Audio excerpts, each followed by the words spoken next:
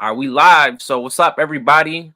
We're gonna talk about the UFC 300 recap, and just talk about some other things at the end. But we got Eric back. What's up, Eric? Going on, everybody? Yeah, all right. The mic is good, and yeah, we're gonna get right into it. Or would you want to go from top to bottom, or let's go from the bottom of the card to the top. All right, and Let's then go. talk about the fights that we mentioned. So let me get this right up on here. All right. Um, there we go. All right, the first fight of UFC 300, and overall, what you think? I think it was a very good card. Because we had a lot of highlight fights. But I'm gonna start talking about the first fight, which was Figueroa versus Garbrandt, and Figueroa won, and he subbed Garbrandt in the second round. I thought it was a good fight. I thought Figueroa was dominant, and he ultimately got the submission, and he looked really good during the fight. What's your take on it? I enjoyed this fight. It was a great fight to start off the card. It made me look good because it kind of justified my prediction. He came Mhm, out. He didn't look too good on the feet against Cody. Cody looked really really really fast. He wobbled him a couple times. Caught him off balance a couple times. But mhm, like I said, Figueroa he was gonna implement the grappling. In the first round, he was able to, get him down at the end, towards the end, and then in the second round, he was able to just walk through a couple punches and then trip him to get it and then just jump right on his back. I knew once he got to the ground that Cody was gonna, maybe shell up or just try to defend instead of trying to make drastic movements to get back up. But mhm, it, but if you watch the fight and you listen to the commentary, DC pretty much walked right through it. Once he made a deliberate move to get back to his feet after he defended the choke the first time, he fell right back into the choke the second time, and he had no choice but to tap. So, that prediction kind of made me look good. So that was a good way to start off the card. yeah, I think I predicted Figueredo as well. Because what I do remember, I just feel like it was a very good matchup. His fights with Moreno and stuff like that. But he looked really good in this fight, and he just reminded people that he was at the top, and he still is at the top or whatever. Yeah, But anyway, yeah, so I saw it. That was the first fight of the night. We can sucks do for this a Cody. little. Sucks for What's that? Cody. So Cody looked real good. He looked real powerful, real fast.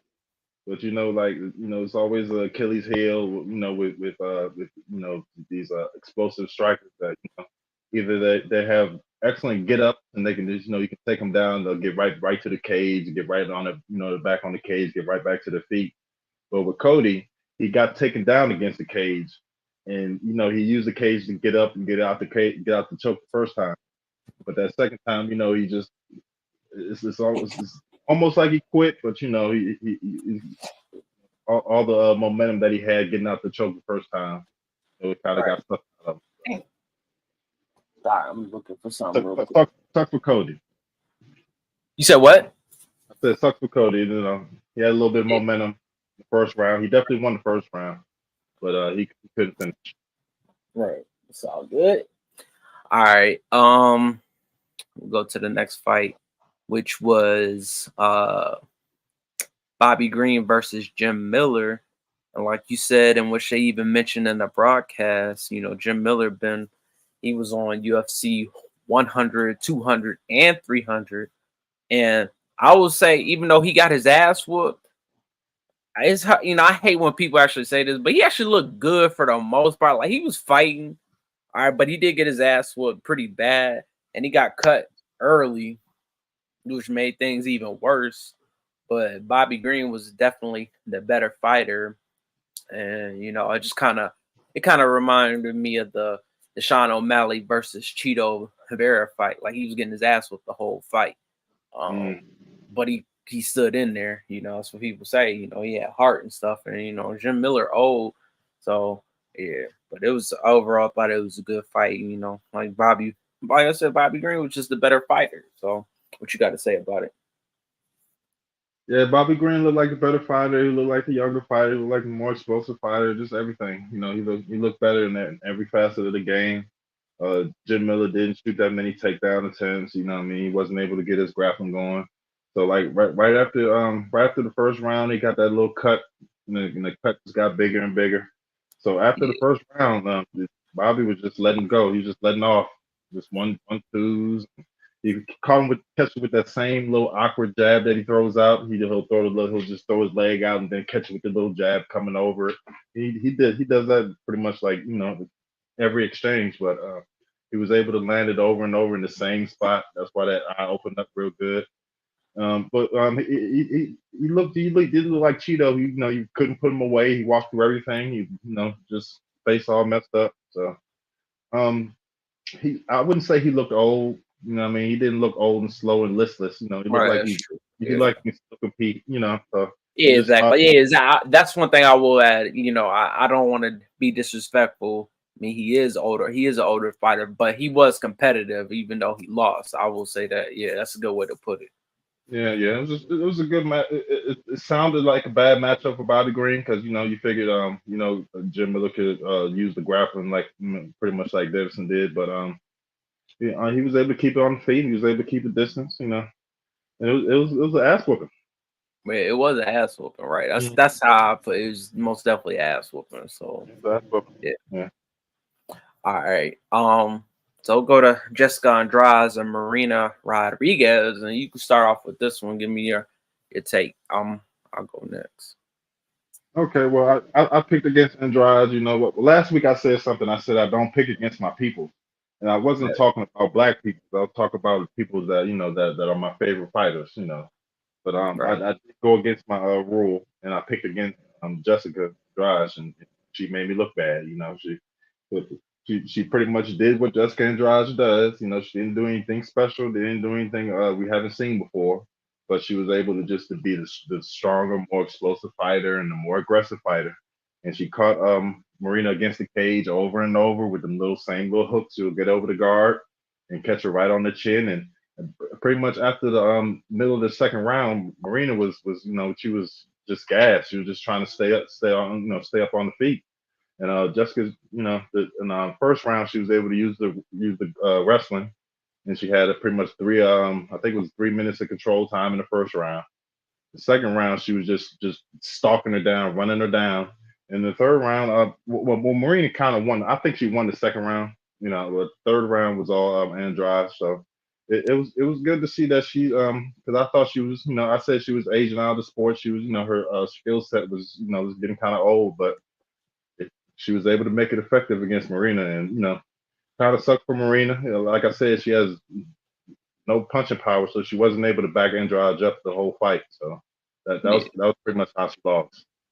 All right. Well, my thoughts on it, is you like to say, low level MMA or high level MMA. I thought this was a higher level MMA fight for a women's fight. I thought it was a good fight. And they kind of went back and forth, but I just felt like Andrade got the better shots off on her. That's why she was ultimately able to win.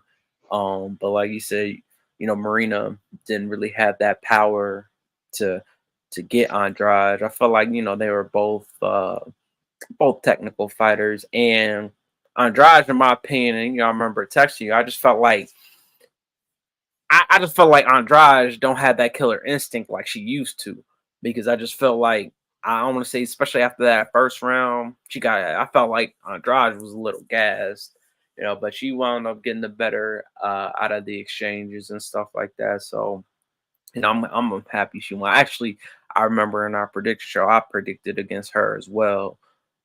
Because matter of fact, yeah, Marina, I forget whoever she fought, but she was in the main event. Shit, a couple like last year. Sometimes I forget exactly who it was against, but anyway, Karate it was Hottie, a good fight. It was what? Karate Hottie, Oh, okay, Michelle right. Water. I got you. All right, so let's move on. We gonna talk. I'm gonna start off with this one. Renato Moicano defeated Renato Moicano is whatever, Portuguese. man. Yeah, Renato Moicano, whatever. But this is one thing I predicted: Jalen Turner was gonna win, and he should have won. But he, like I told you, he pulled that Nate Mhm. Rodriguez in the first round being stupid.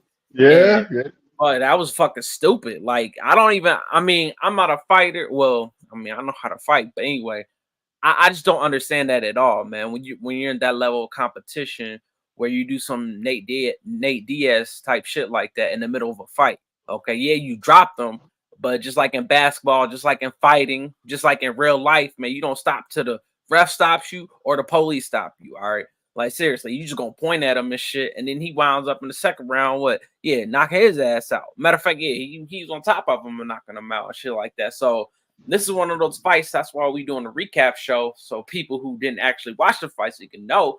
In my opinion, Jalen Turner should have won in the first round. Okay, 100%. He dropped his ass, and if he would have followed up like Moicano did the second round, he could have won the fight.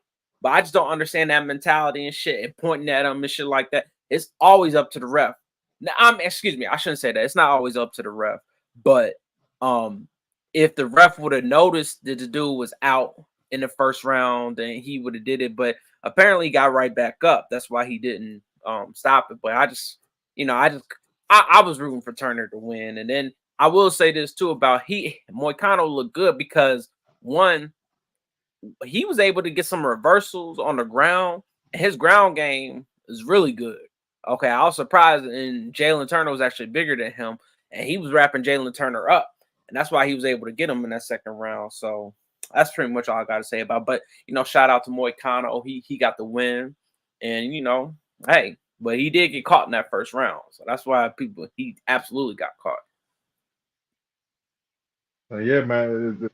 It's more money, more kind of. You know what I mean?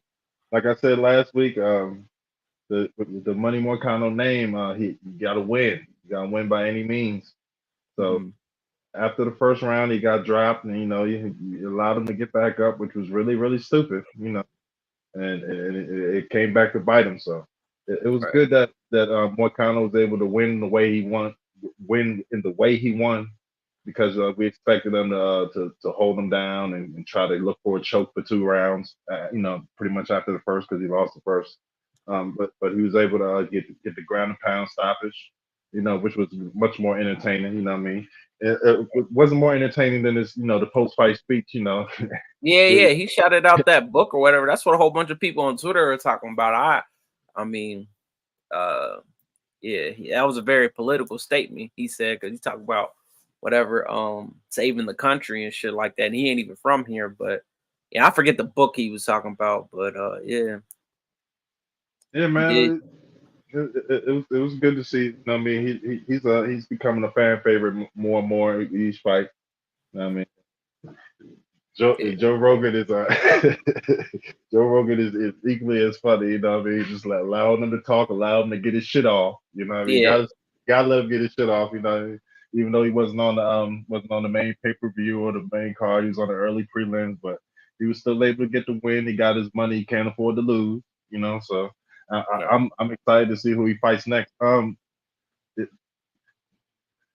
the people were saying he should have called out uh was it Patty Pimlet?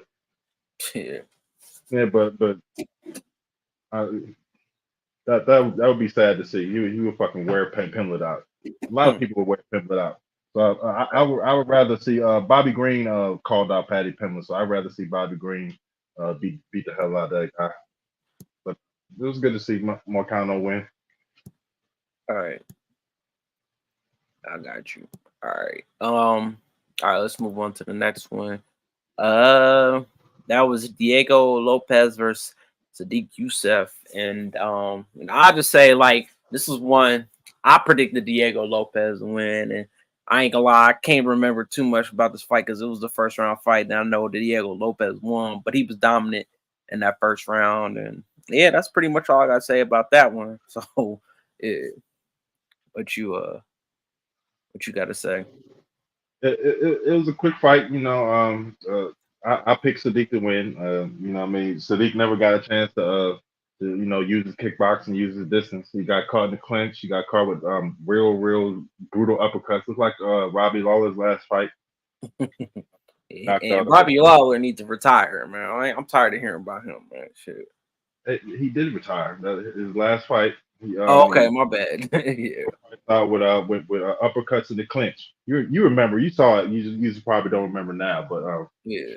he knocked him out with uppercuts in the clinch, and Sadiq was able to make it back to his feet, and then he got hit with the same punches again. So he didn't look good at all. He didn't make me look good at all. But Lopez is or Lopes or whatever you want to call him. He's huge for the weight division. Some people are saying he could be a future champ. You know, with his skill set, and he has a good finishing instincts. You know, so it, I'm excited to see his next fight as well because he can easily get to the top of featherweight. Featherweight, you know, he can. I would pick him to beat somebody like Brian Ortega right now. You know, I would pick him to Wow, beat. that's interesting. Okay, I that's would pick him very to beat interesting. I yeah like right now. Brian Ortega too. That's interesting to hear you say that. You know what I'm saying? The MMA expert. Okay. Yeah, I'm I no need expert. I just watch too many fights. You know, so and I should have a credible opinion on this shit as many fights that I watch. So I would yeah. pick I would pick him to beat Ortega and Yair right now. You know, just based on That's his interesting. All right, yeah, that see, I mean, because I know those are the top, some of the top fighters. I do find that interesting to hear you say that. So that must mean he really nice. Then okay, well, you put him in, you put him in that type of conversation. So that's just that's that's the way something to he's note in his fights betting and wise in the future uh, too. yeah, But yeah, just the way he's been able to finish fights and you know his size. You know, yeah, you can get well, yeah, if I'm just talking about like because like I would think if he were to fight Brian Ortega or Yair Rodriguez in the future, he would be the underdog, just mhm. because they're ranked higher and stuff like that. From what I know, and they're more, thought of as top tier fighters. So for you to say that you think he would beat them, that's very interesting. That's a note I would a mental note for all you gamblers and bettors out there. That's interesting. Eric said he would beat them. All right, that's note taken. Those two, Ortega and Yair, at this point in their career, they're both high level gatekeepers. You know, Yeah, especially Yair had his title shot, he lost. Ortega had his title shot, he lost. You know, and both of them like they can look bad in fights, and you know, Ortega looked terrible in his last fight. He hurt himself in the during the introductions, and he looked terrible in his last fight. But look who he was able to beat. You know what I mean? So, and then the fight before that, he looked terrible again. He popped his what did he pop his shoulder, or his arm, or something. He messed up his arm in the fight before that. And yeah, and Yair, if you don't allow Yair to just kick you at distance, then he can be easily taken down and beaten up. He's mm, kind of he looks really weak on the ground. So I right. think Loki could beat both of those guys. Okay, that's interesting. I like that. All right. Well, let's move on to the next one. So yeah, I guess we both predicted this, but yeah, uh, Kayla Harrison dominated Holly Holm, and she looked really good. I mean that in the fight and physically and shit like that. Because as I was telling you when we were texting, the pictures I saw of Kayla Harrison before the weigh-ins, like she was looking chubby and shit, but no, this bitch was looking straight swoller Mhm. than Holly Holm and a younger version. So yeah, she was dominant. And like I said, you probably remember more details about the fight. I do remember the submission because I had some else going on during the fight too. But yeah, she from what I remember, she was very dominant the whole fight, and yeah, she got the submission. And that's pretty much all I gotta say about that. What you gotta say? Well, yeah, this one was good. I predicted that it would go to a decision because I expected Holly to stay in there. But in the first round, Holly did she did an impression of what she did in her fight with Ronda Rousey. She went up against the judoka. You know, she pretty much said that you're not gonna be able to throw me around like I'm sorry, I'm just as strong as you. You know what I mean? I'm not gonna Mm, allow that. But she ended up getting taken down wrestling style and ended up getting elbowed wrestling style. So she was able to defend the judo, but she wasn't able to defend the wrestling. right.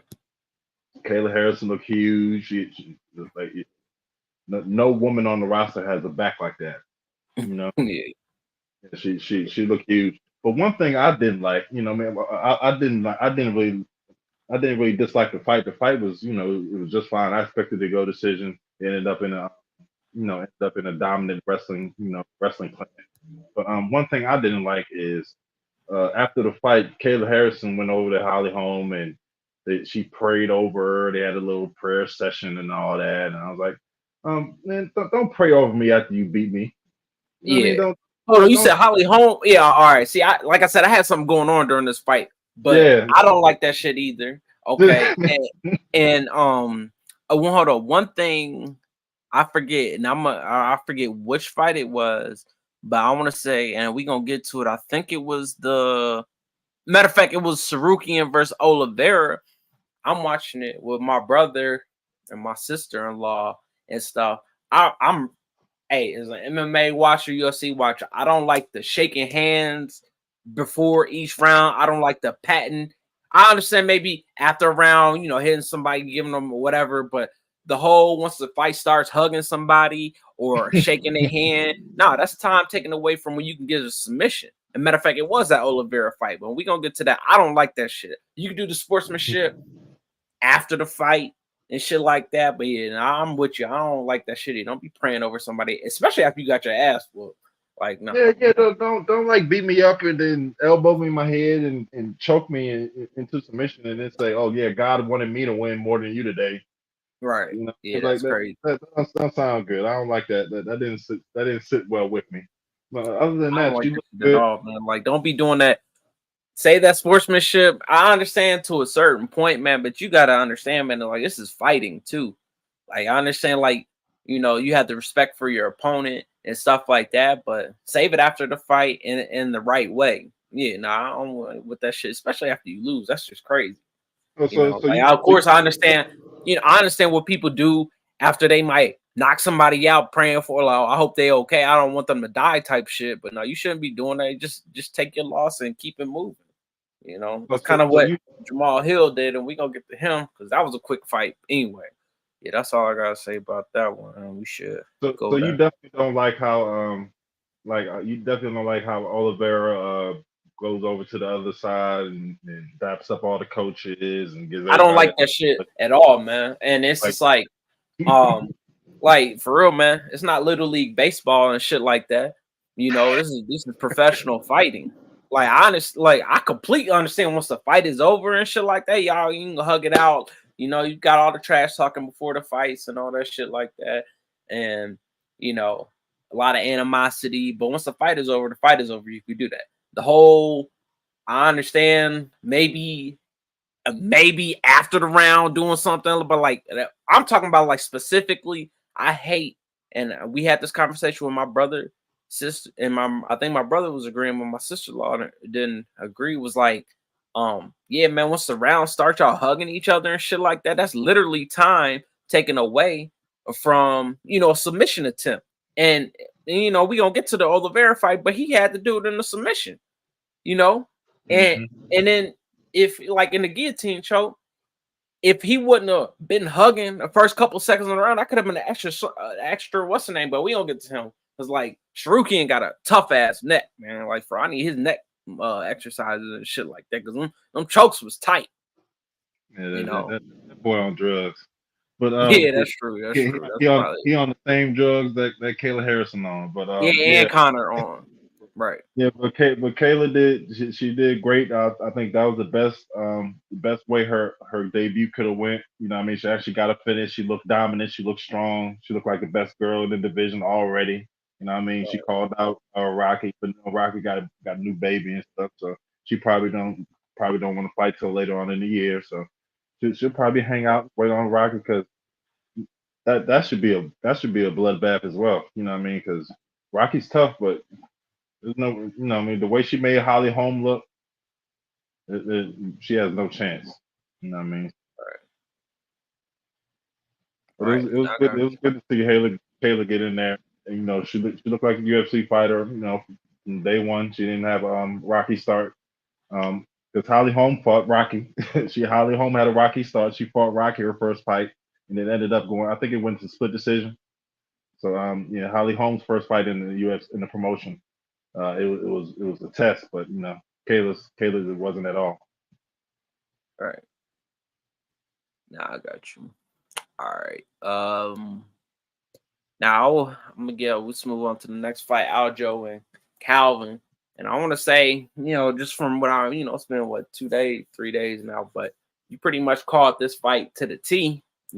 From how it was gonna go down, Mhm. and you predicted Aljo and what he was gonna do, and he thought he was big enough to wrap up on him and stuff like that, and to just pretty much do enough to win the fight throughout the fight. And that's how you could do it. It's just like I felt like Calvin, he probably was the better stand-up person, but Aljo, he was the better grappler, and obviously wrestler, and that helped him win the fight.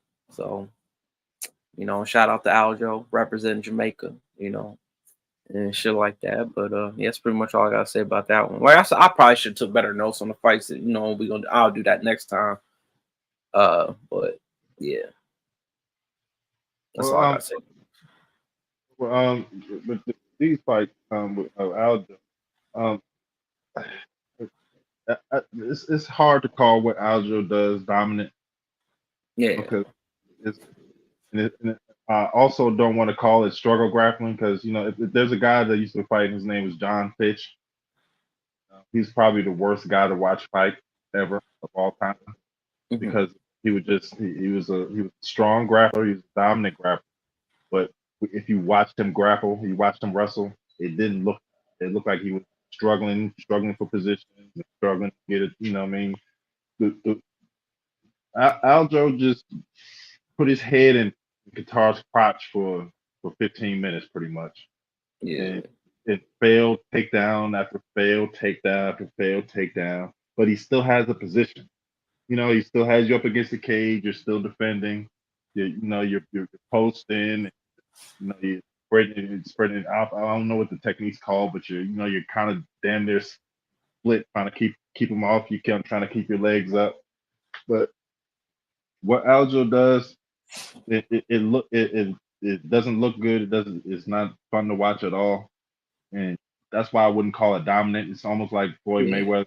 You know what I mean? yeah. I agree with you on that. Right, But what he does is it's effective. effective. Yeah, It's effective. Yeah, it's effective. It's hard, and it's right. hard to defend. I agree with you on that too. Yeah, it's not fun to watch because, like, I don't know.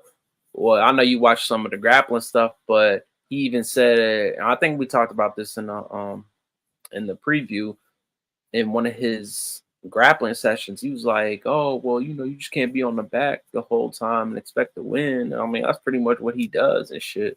So, Yeah, you know, he's constantly he's constantly attempting a takedown, yeah, but he's keeping the position. He'll always keep the position. You can't say, oh, well, whatever, just because he's defending well. He'll always keep you up against the cage. He'll always keep you in a certain position where he can just continue to struggle grapple, and he'll eventually get it. He was able to out wrestle Cejudo. You know what I mean? I didn't know Qatar had two knee surgeries. I guess he had one that wasn't. He had one and he had complications that had to go back in. But yeah, but mm, coming off two knee surgeries, what I mean? He's been out almost 2 years. It was an easy pick to pick Aljo. You yeah, know, Aljo looked just as big as him. You know what I mean? Coming up in weight, so Aljo was always one of the bigger bantamweights. So he looks right at home. I could you could put him up against Diego Lopez. You know what I mean? hmm. Yeah, that'd be an interesting fight. Yeah, Yeah. that would look, that'd be just fine. All right. All right. Um, I'll let you start off with Yuri Prohaska versus I think it's Alexander Rakic. Uh, Yeah, this tell was me this what you was thought a about really good fight. This is a What's really that? fun fight. I said this was a really good fight. This was a really fun fight. It's good to see Yuri back in the win column. It's good to see him not stray away from his style. I mean, he kept the style. He took plenty of damage. He walked through it. It's like what I mean, it's like he has a it's like he uses his chin as offense. You know what I mean? Kind of like Anderson did back in the day. He is he's had such a great chin that he's able to use that against his opponent. But Mm. with Rakic, Rakic looked really really good. Like Yeah, Rakic looked like he was gonna win. He definitely looked like he was gonna win. Like if he had just kept that up, you know what I mean, over 3 rounds, he would just cruise to a decision because he was beating Yuri up. But Yuri was just able to just walk through him, and he caught him with a 1-2, and he caught him with I think it was a right straight. He was able to catch him right on the chin. He was pretty much done after that. He just had to he just had to finish him. But this I think this was one of the better fights on the card. Great way to end the prelims. With Rakic, that's what I mean, he had momentum in the fight, and he was winning the fight until he wasn't. And yeah, so it sucks to be him Monday morning, but Yuri's right back in title contention. You know what I mean, after this win, uh, maybe one more fight. Maybe he can just chill out, or maybe he'll end up fighting Jamal Hill. I don't know, but Rakic, yeah. That'd be an interesting fight. yeah, yeah, yeah. But Rakic, he's gonna have to go back to the drawing board, and uh, he's gonna have to take somebody lower in the rankings to to get a win back and get his momentum going. But he looked really Right. really good in the fight until he did. Nah, I got you. Yeah, I mean, I thought it was a good fight. Uh, like I said, I should have took better notes on it. I remember watching it, and I just felt like they were both aggressive. It was a very technical fight, and then Yuri got the best of him, and I think we both predicted Yuri to win this fight. Like I Mhm. said, I fuck with him because I like his haircut too. He looked like he a fighter. That's a little added edge to me and stuff like that. But yeah, I thought it was a overall good fight, and yeah, that's all I gotta say about that. And you got adding a good insight. I think that's good. I think him fighting Jamal Hill would be a good fight. And yeah. Anyway, so we're gonna move on to the main card. And I thought this was an interesting um first fight on the main card because, like you said, they're really trying to promote Bo Nickel and Cody Brundage. And one thing I will say is like at first when the fights first started out on this one, I gotta give it to Cody Brundage because he was going out like he was leaving everything on the mat and in the cage as he should. Like he was doing them fucking uh spinning kicks and whatever flying knees. He was trying to catch them and stuff, but then he wound up getting submitted. And one thing, shout out to Bo Nickel, he looked like he was the stronger fighter just overall, and he looked really good. And wound up submitting them and stuff like that. Because once he got him on the floor and against the cage, on the mat against the cage, he was definitely showing why he was a dominant fighter, and he wound up winning. So, what you guys say about it? This was an okay fight. What I mean, it definitely wasn't what we wanted to see for the first fight on the pay per view Right, card, but it was okay. So Nickel, he was definitely dominant, but it's just the dominant grappler and just change holding position. Uh, it's not the best thing to watch, but Cody Brundage, he came out, he wasn't gonna just get rolled over. He did what he could do, right. but based on his level of skill, I knew he was eventually gonna just roll into that choke. So Hmm. not much to say about this fight with Bo Nickel. You can match him up against a lot of people. Depends on what kind of test you want him to have. Depends on where the UFC wants him to go. He said in his post fight that he was disappointed with his performance, and I'm pretty sure everybody else was, him being on the main card. So hopefully we see him not on the pay per view card next time. Maybe he can headline a fight night or something and fight somebody with some good anti wrestling, in a name instead of somebody like Cody Brundage, who he's supposed to roll over. Kind of struggling with. But Yeah. and with Cody Brundage, he can fight somebody on the fight night. Well, we'll probably never utter his name again. Who? Cody Brundage? Yeah, we'll probably never talk about him again. he'll go right back to the right back to some prelim cards where he hopefully Bo Nickel goes to some lower level cards as well. If he's still he's still getting molded. He's still coming up. Right.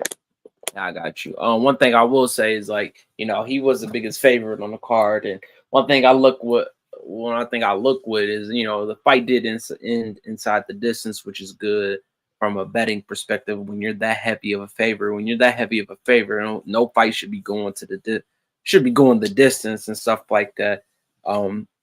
So he did follow up with it, and, with the second round submission. So shout out to him on that. But so I'm gonna say on that one, and then we can move on.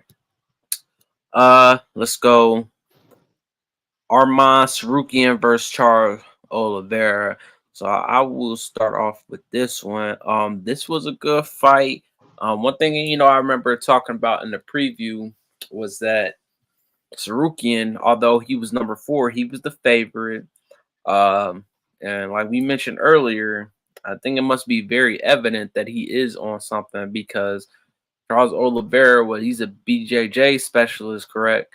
And everything like that. He got a hold of some of them chokes, and I think in every fucking round, but for some reason, Sarukian got out of them every fucking time. And one thing I did mention as well was like, they spent like it wasn't 10 seconds, but they spent a couple seconds at the beginning of the round hugging each other and shit like that. And while both of them were tired and stuff like that, those are added seconds that could have been added to potentially Oliveira winning those fights. The one thing that was, noticed was that Sarukian was most definitely, obviously they 2 top tier fighters, but it just looked like nothing Charles did to him would phase him, whether it be the chokes or the punches or anything. Like, he could just get out of it and stuff like that. So that's why he wound up winning, because he was, I thought it was interesting that it was a split decision too. I felt like Oliveira had some moments, but overall it was a dominant performance by Sarukian. So what's your opinion? It was a good performance by Sarukian. I don't think anybody wanted to see that. Everybody wanted to see Oliveira win. You know what I mean? First round, got everybody's hopes up, with the choke, the submission attempt, and everything. And you can maybe give him that round, but probably not. You know what I mean? If you look at the whole entire fight, there's a lot of momentum. You know what I mean? But a lot of momentum lost from Charles Oliveira, but so it's like in Highlander where you kill somebody, you take their power and all that goofy stuff. Sarukian, what I mean, he's pretty much shot straight up to the number 1 contender. Like, it's pretty much the best guy in the division that you can beat. Yeah, you can have a win over is Charles Oliveira, because he's beat the Dustins and the Justins and all those guys below him. So what I mean, if you beat him, then you take that number 1 spot. So he's definitely at the number 1 spot, and I never saw it, but he has a fight against Islam already, and he did pretty good against him. So I'm pretty sure he should be in line for the title spot next. Even though nobody, he's kind of an unlikable guy. He's kind of a dickhead. Kind of ran up on Bobby Green, and Bobby Green was by himself, and I guess in the back. My brother is in here. He just sent me, "What's up? What's up, CJ? What's up? What's going on?" Yeah. Hey, we just talking about the fights and stuff, and I was telling, since he just got in here, I was telling him my sister-in-law named Michelina, like, I don't like that whole handshaking at the beginning of the rounds and shit, and hugging and shit. That's just, you say that for after the fight and not in the middle of the fight. But my big takeaways is like, it was obviously a high level fight, and you could just tell, like you said, he has to be on some type of drugs, or Sarukian has to be on some type of drugs, because I wouldn't want to be, well, obviously I ain't no fucking MMA fighter, but I wouldn't want to be in no choke by Charles Oliveira, and he got out of it every single time, Mm-hmm. So, and them chokes was tight, because even the announcer was like, "Oh, he got him," and then he just got out of them.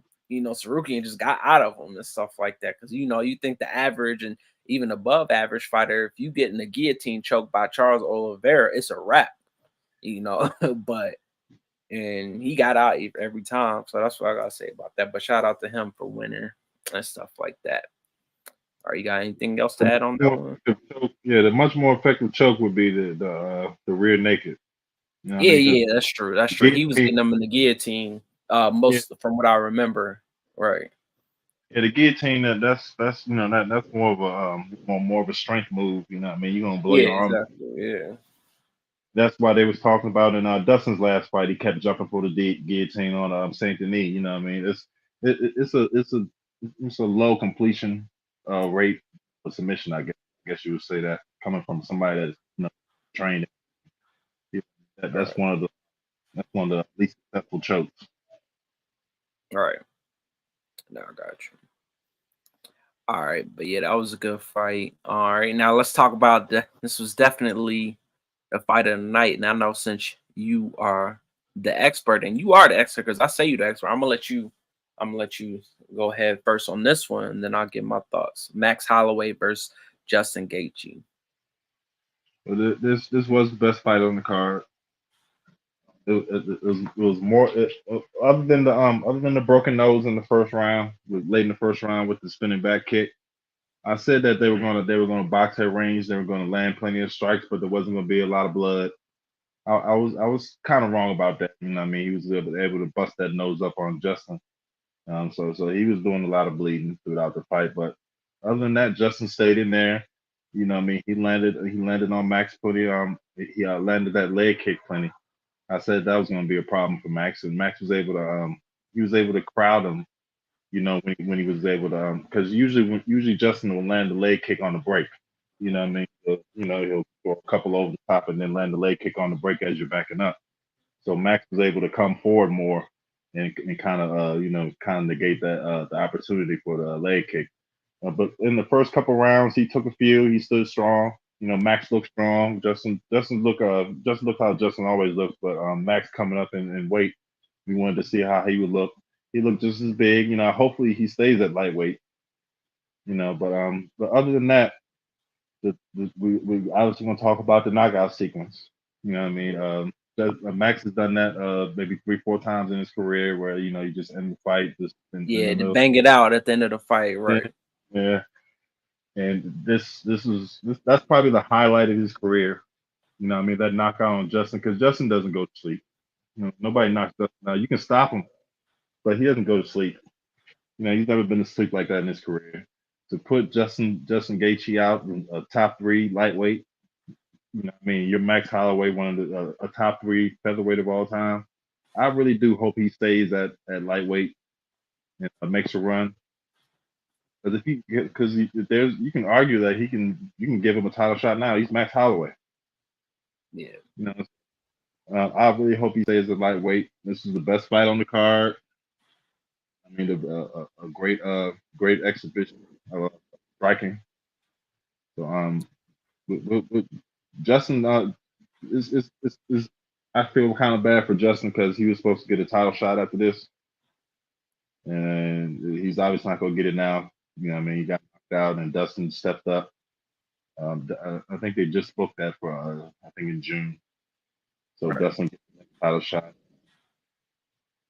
I don't know what Justin. Max, please stay up. Yeah. Yeah, clearly this was the best fight on the card. You brought out some good points. Max caught Justin early in that nose, I think in the nose of what in that first round, and that affected him the rest of the fight because you could even see anytime he got hit, he was like wiping his nose and doing that shit during the fight. And I think that affected him fight clearly throughout the rounds, but he's just literally so tough that he was able to persevere through that. And I thought given that broken nose in the first round, that Max was able to take advantage of that. And obviously he kind of knew that. But see, one thing I do like about Max is like he's a fan favorite type. Like he wants to fight. And I feel like I mean, I'm not no boxer or anything, but I feel like, yeah, he did go night night, CJ. Um, I feel like Max, knowing being the type of person he is, he could have knocked Justin out earlier. Okay, in my opinion, he could have took advantage of that, and knocked him out earlier. But he's known for, like you said, he's done that at every fight. He's even doing that in the Brian Ortega fight. You know, he's just trying to give the fans a show Yeah. at a certain point. And what he did in the last 10 seconds, you know, that's gonna go down in UFC history, and it's probably one of the best knockouts in UFC history. You know, and I know you ain't on Twitter, but I am. Just to hear people talk was like, you know, this one guy was like, and I actually unfollowed him and blocked because he said something racist about Jamal Hill, which I'm gonna get to, but I ain't gonna even mention his name. But anyway, he was just talking about he don't want to hear nothing about Buckley versus Impa Kasange or whatever anymore. Even though, you know, that was probably one of the best knockouts up until this. But the thing about it, and you know, just watching it, I knew and I saw it when he got knocked out that it was 1 second left.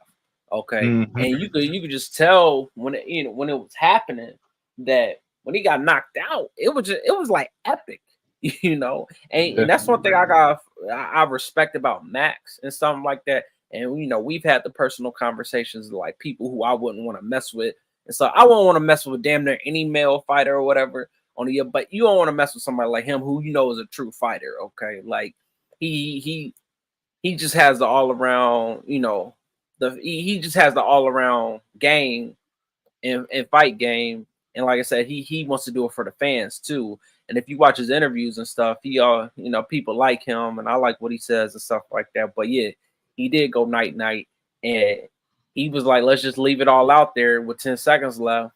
And you know, he knocked him out. And that is literally one of the most epic and most beautiful moments in UFC history that people had the chance to witness, because what are the chances of that happening are very, very, very low. So shout out to him for doing that. And you know, that's one thing too, which is just on some technicality stuff, which I thought, you know, so going back to the Jalen Turner fight, Jalen Turner thought that's what he did, but apparently not, you know, because ref waved it off immediately. You know, when them knees buckle and shit, like it was a wrap. So it was epic and it was just perfect. And you know, and another thing too, that was the BMF title, and you know, they got the bonuses and stuff like that. The fans couldn't ask for a better fight, really. So that's what I gotta say about it. You know, shout out to Max, and you know, this one of them fights that is literally two of the best fighters fighting. You know, somebody had to lose, and he lost at the last second. And I know he probably shitty about that, but hey, you know, he went out like a warrior. So shout out to Justin and Max, but you know, Max the winner. So, and I think, damn, who did I pick? No, I think I did pick Justin, because I just thought that Justin was gonna catch Max because he was the stronger fighter. I think that's what I said, and Justin was the favorite. So, and Max was the underdog. But yeah, anyway, shout out to Max for giving us one of the best moments. Definitely, since I've been watching since 2020, definitely that was one of the best knockouts. So, got anything else to add? To a real high level. Yeah, absolutely. That's what made it even more important and more epic. Yeah, and then you know, and Justin got, like you brought up a good. Justin got injured early. Okay, that nose that nose definitely affected him. So in the fight, that's a Max great got point. a couple eye pokes. You know, it wasn't on purpose, but yeah, he got a couple eye Yeah, pokes. that's true. Yeah, that's true. I do remember that too. That's true. All right, but yeah, so that shout out to one of the best fights in probably U.S. history. Period. But we gonna go to Weili Zhang and Yao Nong, whatever Yan. So this is what I'm gonna say about this. So one of the dudes I've been following on Twitter for a while, he cool. I'm gonna shout him out because he cool. DFS by the numbers. That's his name. But he said that Weili Zhang is the only person to win by knockout, submission, and decision in a fight, which I thought was pretty much true. Now, one thing I will say about this fight, like Weili Zhang, she came out with all the fire and was she was very dominant, but it looked like she tired out for a little bit. And I feel like Yao was on whatever, Yao on Jan, she has a couple moments, and I was kind of surprised because like we talked about in the preview show, Zhang, she was the one who put Francis on her back, you know, like it wasn't nothing and shit like that. And Yeah, I just thought, overall, even though I was kind of surprised at Jan's moments that she did have, because she didn't give up. I will say that in the title fight, like she did not give up. She still got her ass whooped, but she did not give up. And they had some good exchanges where I was like, oh wow, you know what? Like she's showing why this is a title fight and everything like that. And yeah, but Zhang won and she should have won. But I do remember like early in the rounds, like I thought she did get knocked out. Jan got knocked out, and there were some submissions where I think I can't remember if it went she got saved by the bell or what. But anyway, what you got to say about? This fight was a lot better than I thought it was going to be, even though it was rather dominant by Wiley Jane. Uh, yes, Yan she did get submitted and knocked out and all that decisions Yeah, in the same fight. But she was definitely the better boxer. You know what I mean? She staggered Zhang a couple times. She caught her coming in and flailing and caught her catching coming in with a couple little check hooks and everything. She's definitely the better striker. It's just that Wiley is just she's just dominant. You know what I mean? She was able to get the takedown pretty much at will. You know what I mean? She was definitely the stronger fighter. Both of them look like they're on drugs. You know what I mean? Both of them got nice shoulders. it was swole right for some Yeah, women. Shit, Kayla Harrison was looking like she was on some motherfucking drugs. I bet you was looking cut like yeah, but that's an American white woman. We talking about two little Chinese girls. Two Yeah. little They Chinese. both from China. Yeah, they both from China. Yeah, yeah, Oh, okay. So yeah. So that's Asian on Asian violence. Damn. yeah, that's why they're so swole. I said in last week's show, they definitely got the country behind both of them. You know what I mean? Because they're both they're both chemically enhanced. It looks like it. Yeah, But, definitely Zhang for sure. Yeah. yeah, definitely. But it Oh was a better shit. fight than I thought it would be. I enjoyed it. Even though it was dominant. So I don't I don't know who Zhang. She's kind of running through the she's running through the division. We got Rose at flyweight now, so I don't know who she's gonna fight next. Maybe Tatiana Suarez, but I think she's coming off another injury. But Right. I'm always excited for Zhang fight. You know, what I mean, she did kind of gas out towards the end. You know, what I mean that's when Zhang was kind of on the feet. You can kind of maybe chalk it up to her gassing out, her losing the feet, but she definitely lost on the feet. But her wrestling is top notch dominant. So yeah, this fight coming on after Max Holloway and Justin, if they had put them, it would have been a better end to the Oh card. yeah, I agree. Yeah, I agree. But I guess they couldn't since it was a title fight and all that shit. But Yeah, a real yeah, I title. was right. You can't top Max Holloway and Justin Gaethje at And all. That was like I say, just to get that.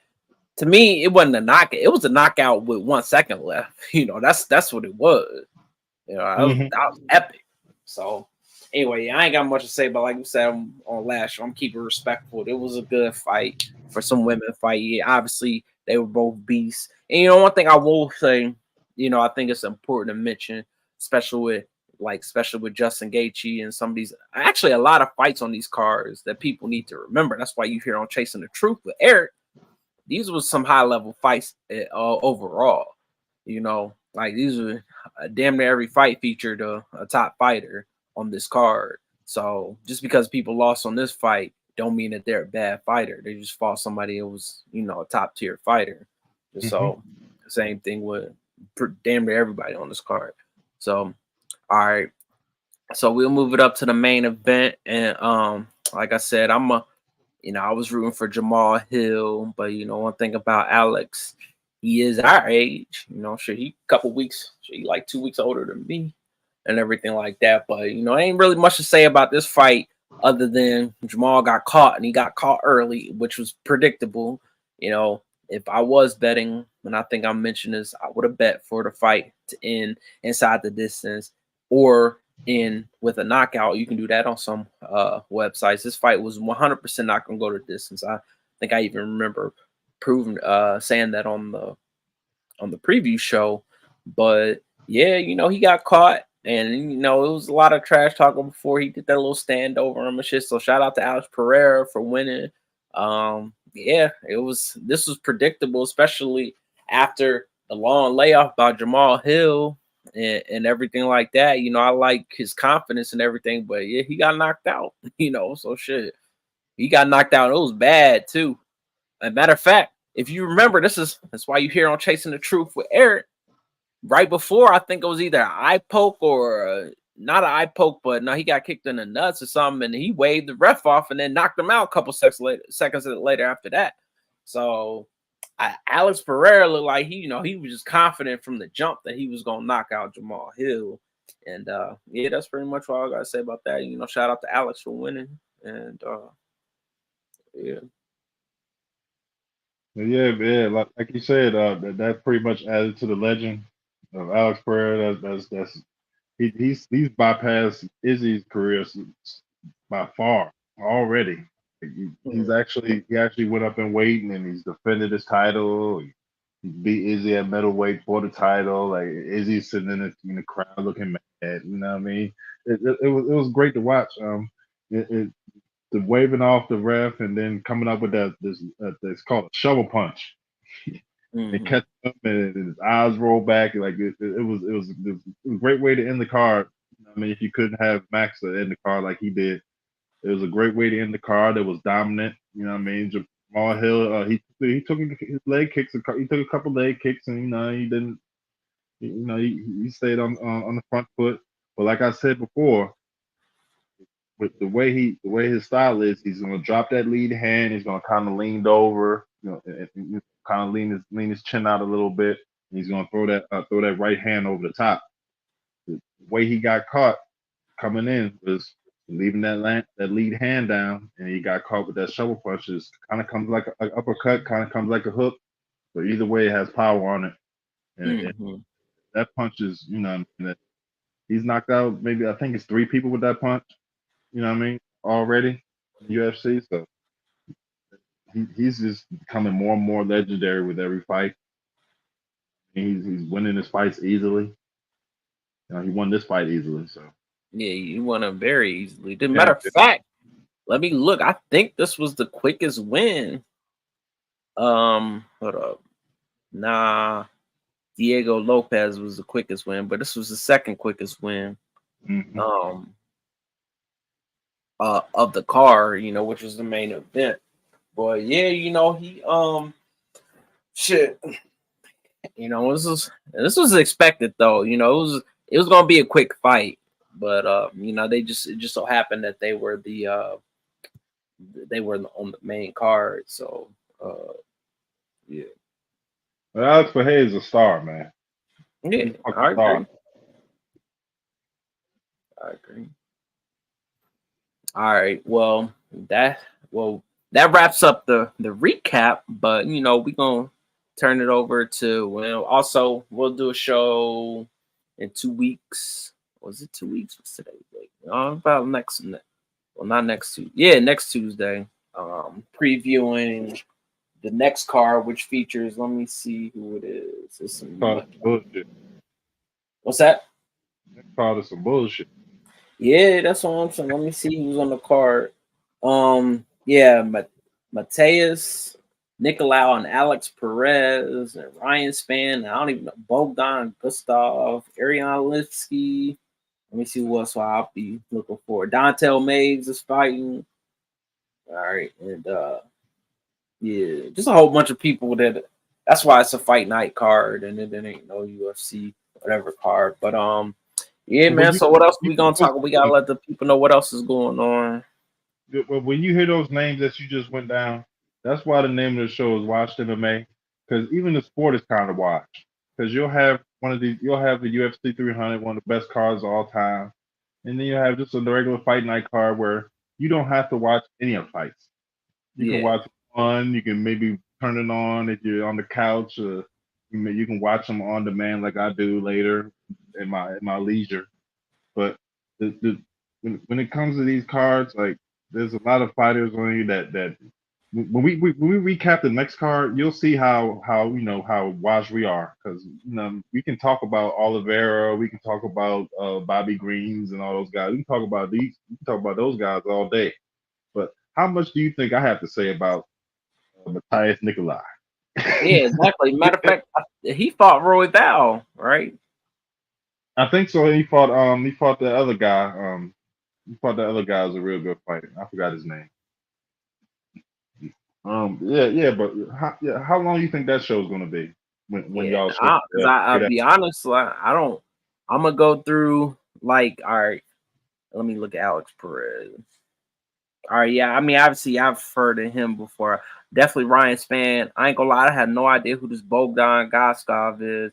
I know Ariane Lipsky and Karine Silva. I heard of her before. I definitely know Ariane Lipsky. I think that's the one who beat somebody up from Austin Lane. I heard of him. Don't know who John Janata Deniz is. He's 6-0 though. I know who Tim Means is. I've heard of Euros Medic. Ronnie Yaha.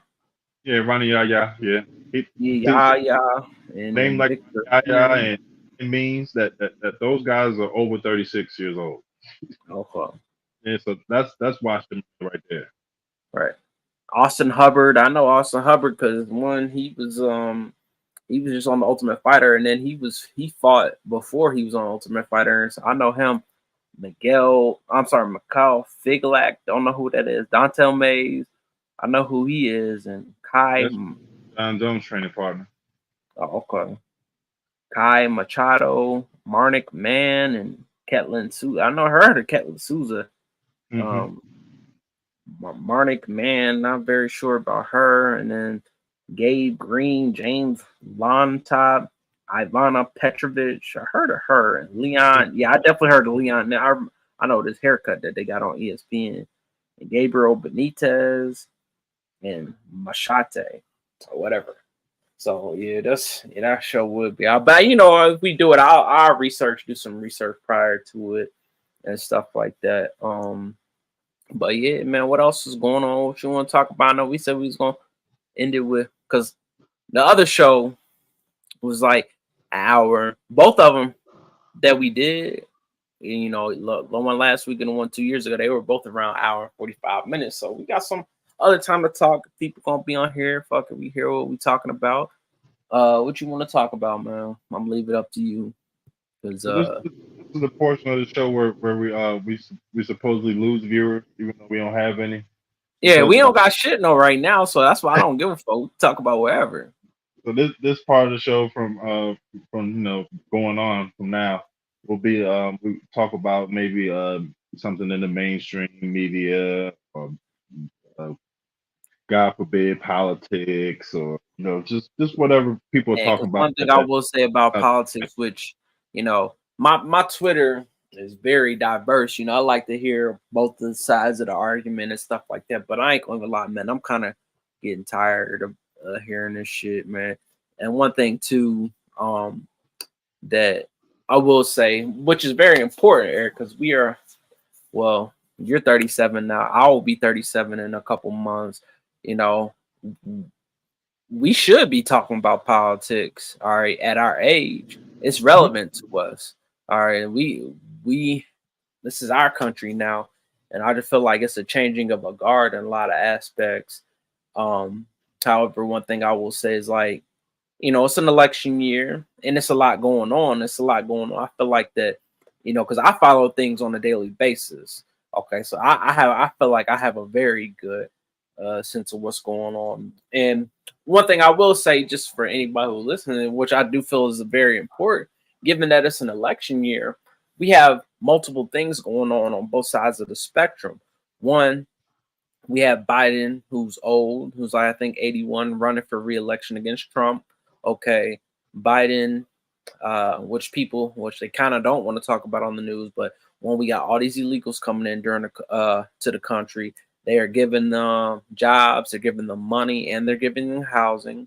Okay, one thing that should be illegal already, but people are kind of mad that they're trying to make it illegal. No illegal person, no non-U.S. citizen should be able to vote in an election. But the Democratic Party is bringing these people in because they do want them to vote. All right, that's just the truth. All right. Then on the other side, you got Trump. He in court right now for some bullshit, and what they're trying to do and what, we don't know yet. They're trying to convict Trump of his charges that they're saying he did with the election. What was it? I forget specifically why he's in New York, but it was for the campaign violations, I believe, from like 2016. They bringing up old shit. Then they still talking about January 6th and stuff like that. One thing I feel like we're in an information war right now, and this is my thing. Nobody even watches TV anymore. This ain't the fucking 1990s, and we can talk about the O.J. Simpson trial too. That's one thing to bring up. And I know shit, since we the same age, man. One thing I was even trying to tell my sister about was like, man, you gotta remember, like 30 years ago, that was pre AOL and shit like that. It wasn't shit to do but watch TV, okay? And that was all that was on TV, the O.J. Simpson trial. Okay, it wasn't no internet, it wasn't no TikTok, it wasn't no Instagram, Facebook, nothing like that. So that dominated the news cycle. And one thing I will say about that too is like, I just see something. I told you I've been watching Umar a lot. I've been watching Umar a whole bunch. And I just see what people say. And this is one guy, and I ain't gonna mention his name because I overall a lot of the stuff he says is good, but he just recently tweeted something about O.J. Simpson. He's like, oh, O.J. Simpson was a murderer and he got off on some technicalities, which may or may not be true. Okay. I'm gonna just say, being 30 years later, I'm pretty sure O.J. Simpson did do it. Okay. But this is one thing you can say about just white America. They were real mad about O.J. Simpson, but they won't come out and speak out on this other shit that's happening against black people on a regular basis. And I watched a really good documentary, which was on YouTube. It was like 48 hours. They did a really good job of just talking about the time and what was going on. But one thing people fail to realize is like them Rodney King beatings that set off the LA riots prior, like 2 years prior to the O.J. Simpson trial.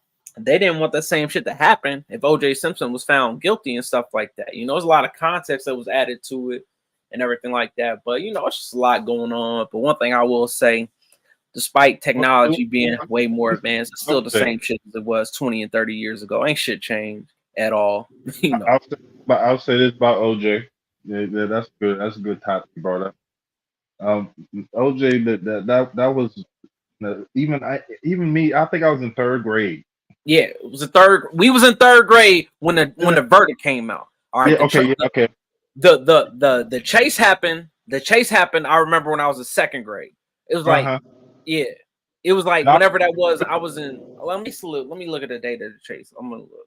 But go ahead. But yeah, I remember the chase. I remember because my dad and my stepmom and everybody was watching it on TV. I remember where I was at. The verdict, I remember where I was at. I was in third grade. I was in it's called Odington Christian School. It's a little private school in Anne Arundel County, Maryland.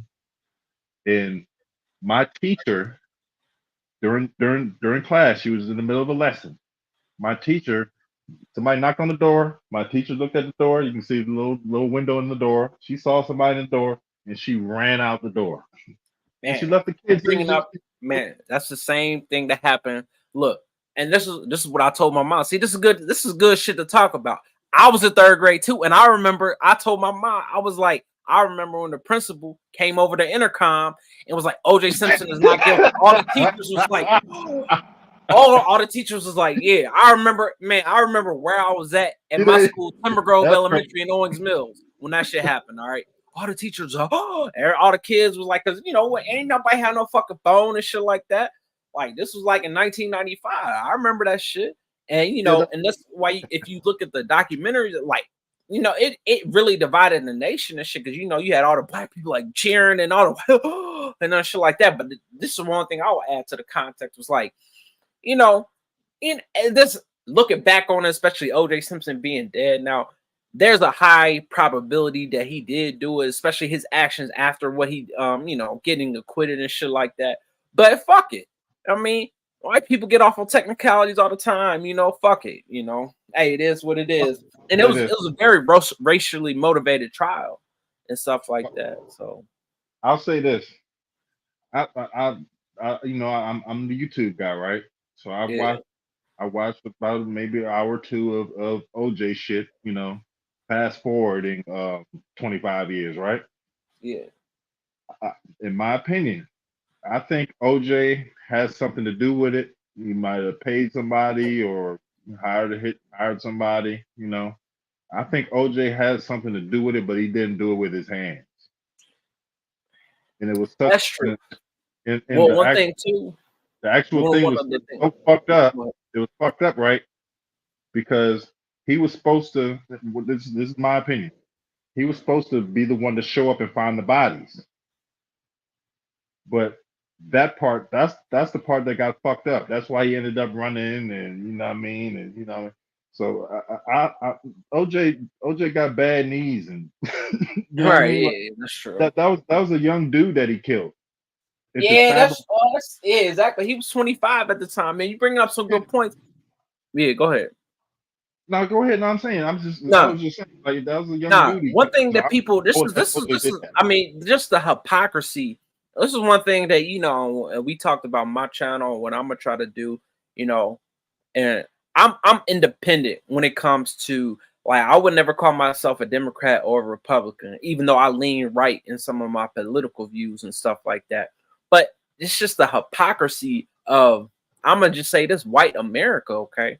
People want to talk about the justice system and all this shit. OJ got found not guilty in court, but people are still calling him a murderer. And one thing that's very important, which I found in the documentary I watched, which I recommend a lot of people. I really don't feel like a lot of people realize like how big that OJ shit was back then. I was even trying to tell my sister that, like, this shit was before she was born. That was all that was on the news. Okay, Mhm. that was all that was on the news. Not only is that how the Kardashians are famous because they real biological father, not transgender Caitlyn Jenner ass. He was on OJ Simpson's legal team, but one of the things they pointed out in the documentary, which they interviewed one of the LA detectives, they say the case is still open. Okay. Hmm. For they still trying to find the killer because he got found not guilty in the court of law. So that case is technically still open. But Nicole Brown Simpson's sister was like, she don't want to go through that at all because part of her, she already in her mind thinks that OJ did it. So, what's the thing is like somebody got away with murder. Is it OJ? We don't know, and we never will know. But that's the thing. And I saw somebody else just one of the comments, just from a moral perspective, do we want to convict guilty people or do we want to let innocent people go away? Which one is worse and which one is better? That's a good conversation to have because I feel like prosecuting and finding people who are guilty or innocent is worse. Okay. Hmm. And like I think we should spend more time focusing on uh focusing on the people who actually did it. So if if a guilty person gets away once in a while, hey, I'd rather have that than convicting innocent people. All right. So, like I said, the case is still open. While people talk about, oh, OJ got away with Simpson, OJ Simpson got away with murder. These are the same people talk about, oh, well, we got to have faith in the criminal justice system and shit like that. That's, hey, let's just say, yeah, it's not fair all the time. Even though we quote unquote supposed to have the best one in the country and stuff like that, it ain't fair like sometimes. And I ain't gonna lie, I've been helped out by the criminal justice system. I'm gonna keep it real. Fuck it. Sometimes it depends on if you got a good judge, a good lawyer.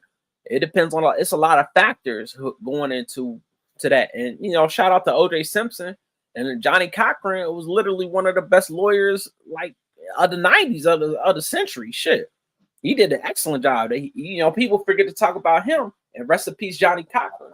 But yeah, it's a lot of levels to that case. And another thing too, which they mentioned, and somebody mentioned, if it was OJ Simpson's first wife, it wouldn't have been national news like it was and on the news every motherfucking day for like 2 years because she was black. This was a racial issue, which is some people, looking back on Well, it 30 yeah, years yeah, from now. it was a racial issue. It was a racial issue, right? But you got to remember because a lot of people don't remember. You mentioned Umar, right? Yeah, If if Umar was back during that time and he was a public figure back then, he would call OJ a coon. Because he remember, did call him. OJ was the guy that says, "I'm not black, I'm OJ. Yeah, no, that's something they talk about. I got Man, all I these white suggest women." you watch it. If anybody watching, it's like 40. No, is it 48? fuck. It's either Dateline or 48 Hours. OJ Simpson or whatever. But they talk about that too because they mentioned even back in the 60s when OJ was like in high school before he went to USC and shit, like he didn't talk about racial issues at all. Yeah, that's what I'm Because saying. he said that It was such a racial thing with him, and he wasn't he was the opposite of pro black. You know what I mean? yeah, He was exactly. he was a regular guy, but he's a black guy now because he has a murder charge. You know, Right. and it's kind of people outside the situation will call that your Negro wake up call. Yeah, exactly. And they, You know? they even got it in the documentary after that, like he was wearing a dashiki and shit like that. And while we on the shit of dashikis and shit like that, I'm sorry, I had to talk with my cousin. We saw Driscoll's at the eye. That shit ain't fucking cool. She was like, why can't he wear a dashiki? Anybody could wear it, but it's disrespectful. That's like me wearing a motherfucking Viking uniform or some shit like that, claiming I'm Icelandic or whatever, fucking Nordic. He ain't his people ain't from there. They colonized. That's very, and I'm not even from South Africa, but that's very disrespectful for him to be wearing that shit. And actually, before we even got on here, what's that? It's not disrespectful. The people are from there. No, but his people wasn't wearing that shit though. But they're from there. That's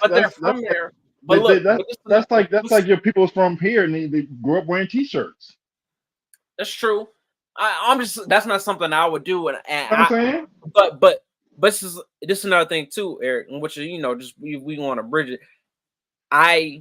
We're not from South Africa, so I can't speak on it.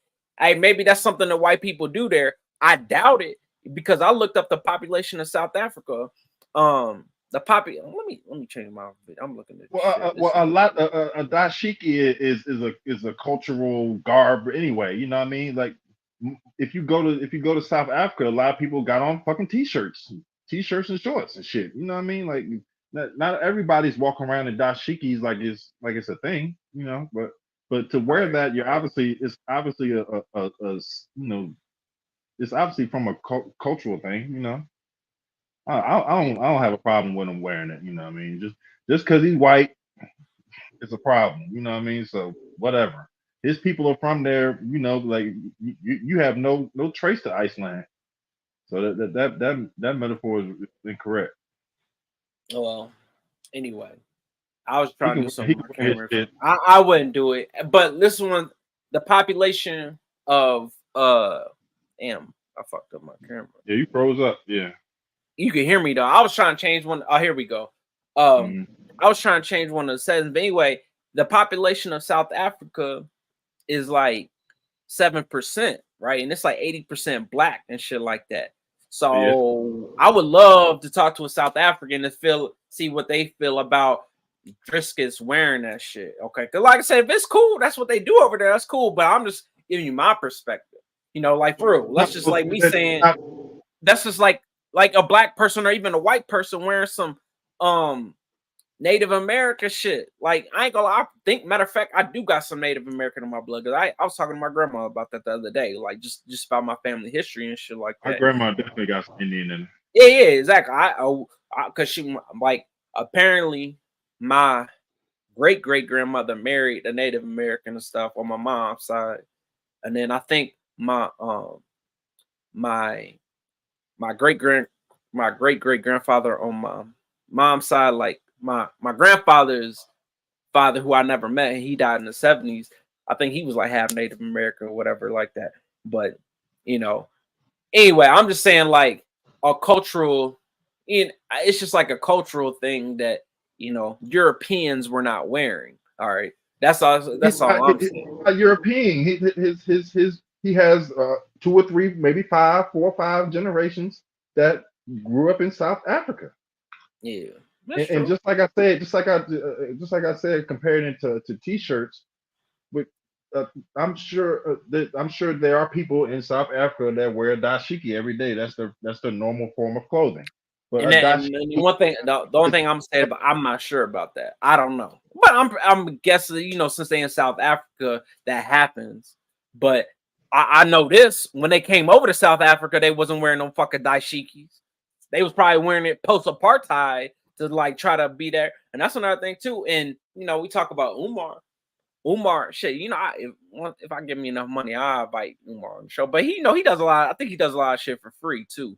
But anyway, I can't speak on their culture and stuff like that. However, I do know that they're still dealing with some of the after effects of apartheid, because that was only in 1994 when they got rid of apartheid and stuff there, and they still dealing with, you know, even though you know, whites are 7% of the population, they still got most of the wealth in South America and shit like that. Excuse me, Okay, not South America. now we're getting into the real politics talk. Whose problem is that? That ain't, I don't. And you know, see, and you know one thing, and I was talking with my brother about this, and I talked to Yeah. you about this. The difference between one of the biggest differences between me and Umar, I would say, besides, you know, he talks about polygamy.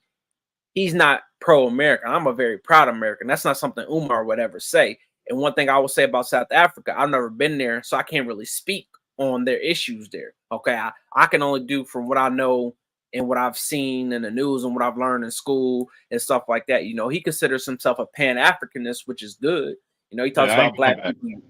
Yeah, now, but look, that's the thing. You know, that what he talks about is all good and stuff, but you know, shit, I think only like 30% of Americans have their passports and stuff like that. It's hard for me to communicate with other people, especially other black people in other countries that don't speak English. Okay. And you know, we're a product of our environment and stuff like that. And one thing we want to talk about too, which is interesting, when I was talking to my grandma, and I was telling like my grandfather who passed away, he passed away like 3 years ago, but we talked like 10 years ago. We talked about how he grew up. You know, he told me straight up, he was like, Chase, when he was in Mississippi, there was no racism, because he's like, black people stayed on their side of the town, white people stayed on their side of the town. Just like my mom said when she grew up in Gary, Indiana, black people stood on their side of the town, white people stood on their side of the town. But how we grew up, we was all together and shit like that, you know, and it's a lot different. But one thing, being the age that we are now, you know, Eric, you one of the only people I talk to from school. Besides, I got a couple boys from college that I talk to. All right, every once in a while, but I don't talk to nobody from elementary school, middle school, and you the only one from high school and stuff like that. You know, because everybody goes their separate ways. Because it's all cool when you a kid and yeah, you playing together and going to school together. But shit, I'm most see people. you 5 days a week. What's that? Yeah, I'm gonna see you 5 days a week. Yeah, Yeah, exactly. that's the thing about school, man. Yeah, Yeah, so that's yeah. easy So connection. But yeah, I was gonna say something. I forgot. no, I was it's gonna all say good. I something. got a whole bunch to say. I like Umar a lot. All right. But you know what I'm saying? Just as a man and just as a American and stuff, I don't have to agree with everything he says. And like I always say this for the official record. I'm not a fan of him saying that, you know, well, he doesn't, a pledge and allegiance and shit is a different thing, but he was like, he considers himself black then American. I understand that, but he's not pro-American. I am. That's the difference between Okay. me and him. This is what I was gonna say. I was gonna But say I could never be a Pan African because I believe that black people are indigenous to the earth. right, what Right. she talks So about, right? I believe that black people were already here. So I don't believe that every slave in America, regardless of the time, I don't believe that every slave in America was African. All right, but Which see, leads Eric, me but to see, another that's thing. like, but Which leads me look, to another you know, thing of why I this believe is the in thing. Hold on. reparations. But see, but now I'm gonna school you a little bit too. Now, one thing, let's just talk about the slaves and stuff like that. Well, we can admit there were probably some slaves that were, I mean, and that's another thing too, Eric, which I feel like we're a victim of our times too, because 100 years from now, we got all this technology, man. People will be able to watch this. Maybe it's gonna be somebody 100 years from now that watch this fucking um this live and shit like that, which would be cool. We can't really speak on shit that happened 200 years ago because there's only a certain amount of information that we have available. All right, and a certain amount of information that is unbiased and stuff like that. So were there probably other, right? Yes, but the majority and what we know and what was happening and what was documented. I didn't say they weren't black. I said they weren't African. Oh, okay. Well, Okay, that's true. All right. You know what I'm Well, saying? this is my thing, and then you mentioned reparations too. All right, and then this is something I got from Umar, which um I got part of this from Umar, but that um some of the stuff that I knew already, and this is part of the reason why I would have a problem being a teacher because I don't believe in the curriculum. All right, like you got to know, being 37, 36 years old, a lot of shit that we learned in school was fucking bullshit. All right, but when it comes to They just give you the reparations, outline.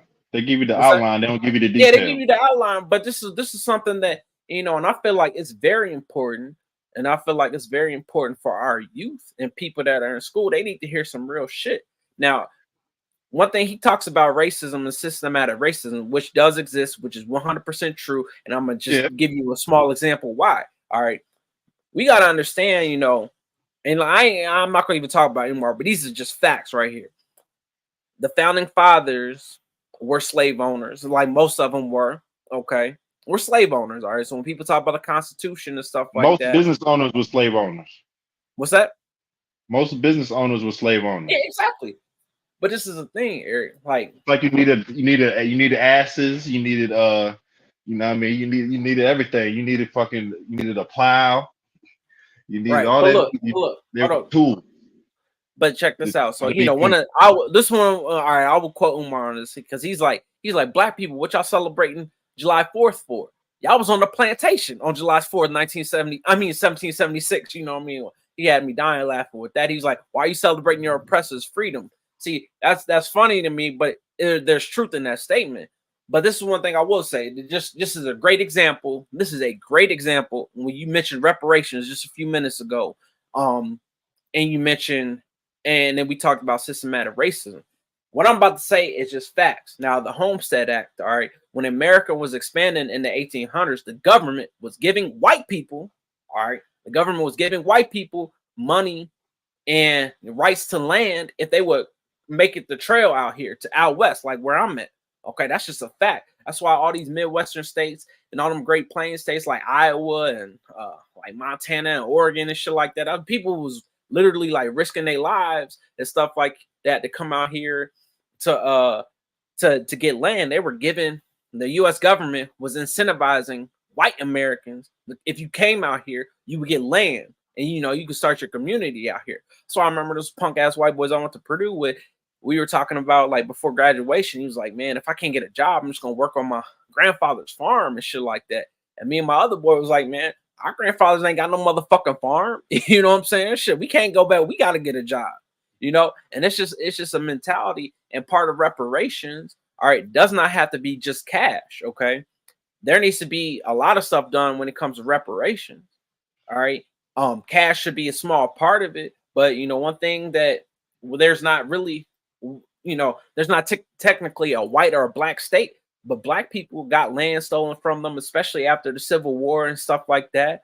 When it came to part of the deals behind during Reconstruction and stuff like that, there should be some type of black state or black area or land in America, especially given slavery, well, no matter where it is. Now, you got a lot of states like in the Great Plains and up in the Northeast they're like fucking over 90% white. The population is.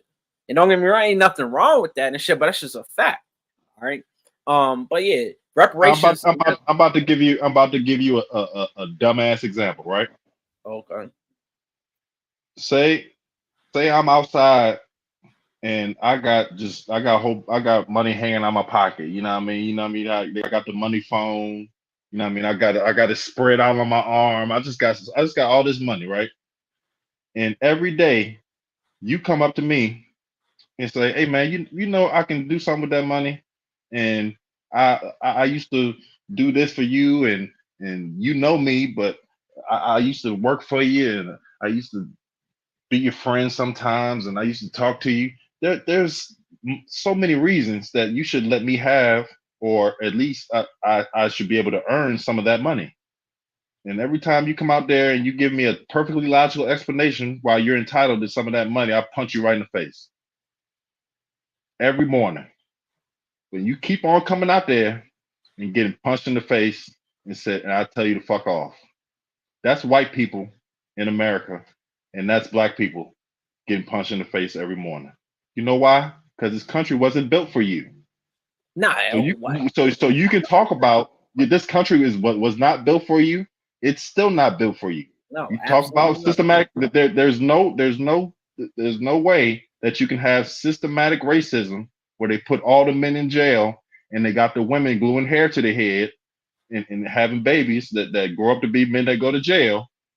You can't and you blame that on systematic racism. You can't have that in reparations. No. You can You have talking like welfare. Umar now. You talking like Umar now. No, You but can look. have that. You can have that in welfare. You can have that in in in projects, but you can't have that together. Are they your oppressor or not? Nah. But look. This is one thing. You know, so you talking at least you brought up some Umar points, which is good. Like, I agree with Logic, you. yo. It's This logic. is one We'll end up thing. making the same points because we're logical. One thing that I do agree with Umar, which is a very controversial statement, but which is true. He's like what you just kind of mentioned. Like, there's no need for black people in America no more. You know, like there was a Yeah. need. There was a need with slavery. He's talking about like they are literally treating some of these immigrants that are coming in better than black people. They're Like I replacing mentioned, us. what's that? They're 100% replacing us. Yeah, exactly. He talked about it's a black 100%. extermination problem. He's like, they don't need us anymore. Oh, he's like, they're giving all the jobs and stuff to the immigrants, especially the low wage They jobs. haven't needed us since slavery. Right. It's just a way we're just useful. Yeah, exactly. Right. Because you can say what you want about black people, but black people are really productive. You just got to point them in the direction. That's why we were such great slaves. Unfortunately, you just got to point us in a direction, and we can be fruitful. That's why we were. That's why once in the 50s and the 60s and all that, we always talk about that time Right. because we had a direction that we were going in. We had just been beat on for 200 years, and now we're in America and we're free. Yeah. So okay, let's make our own shit. And then you had certain people that said, okay, man, we have made our own shit, but it's only fair if I'm able to go in your shit, right? And that was Hey, desegregation. I gotta hold up, man. You want to start another one? We can title another one if you got time.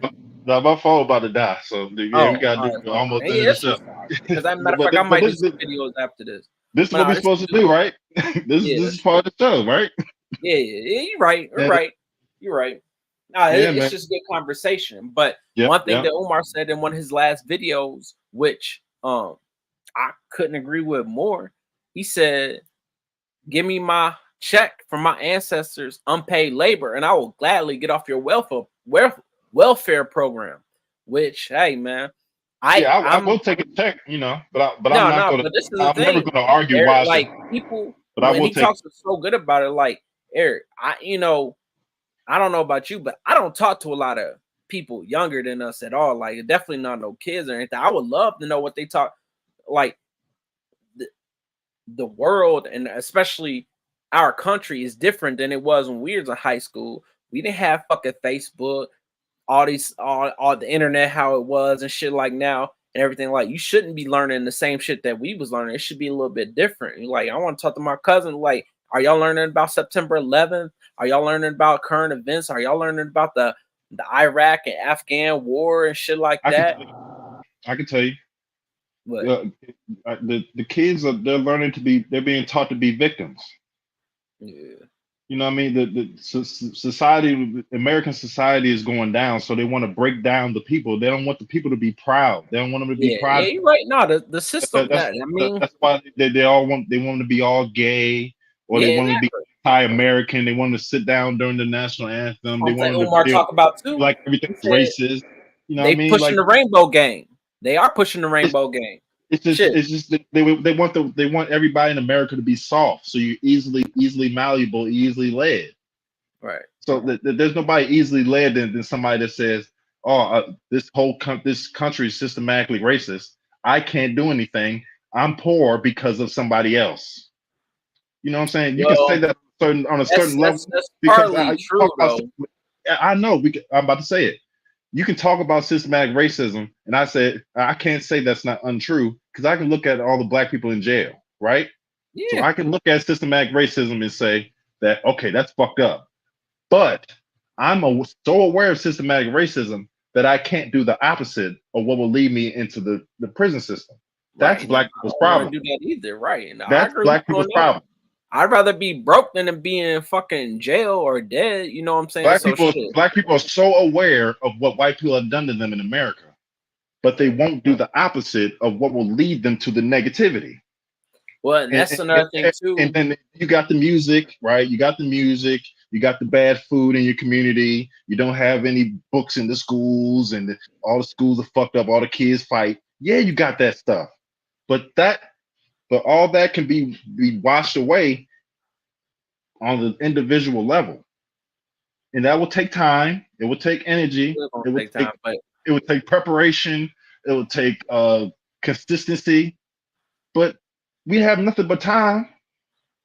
right. You know what I mean? Because you talk about the same black people that was supposedly ran the world before we gave it away, right?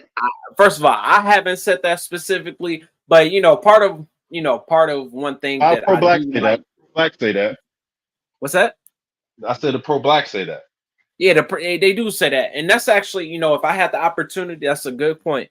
If I had the opportunity to interview Umar, that's a question I would ask him, like, what exactly happened, right?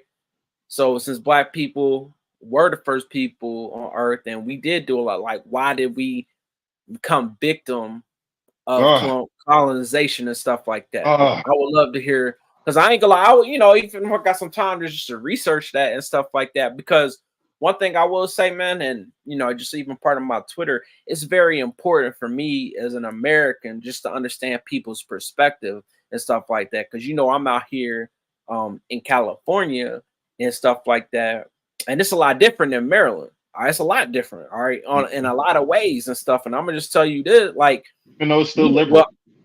well, not where I'm at though. Not where I'm at. Yeah, not where you Specifically at. the county I'm But at. Nah, mhm. it's not like that out here. It's actually nice where I'm at. Okay. And not because even the sheriff, the sheriff out here when I'm in Riverside County, he was talking about he gonna run against Gavin Newsom in 2026. Okay. So yeah.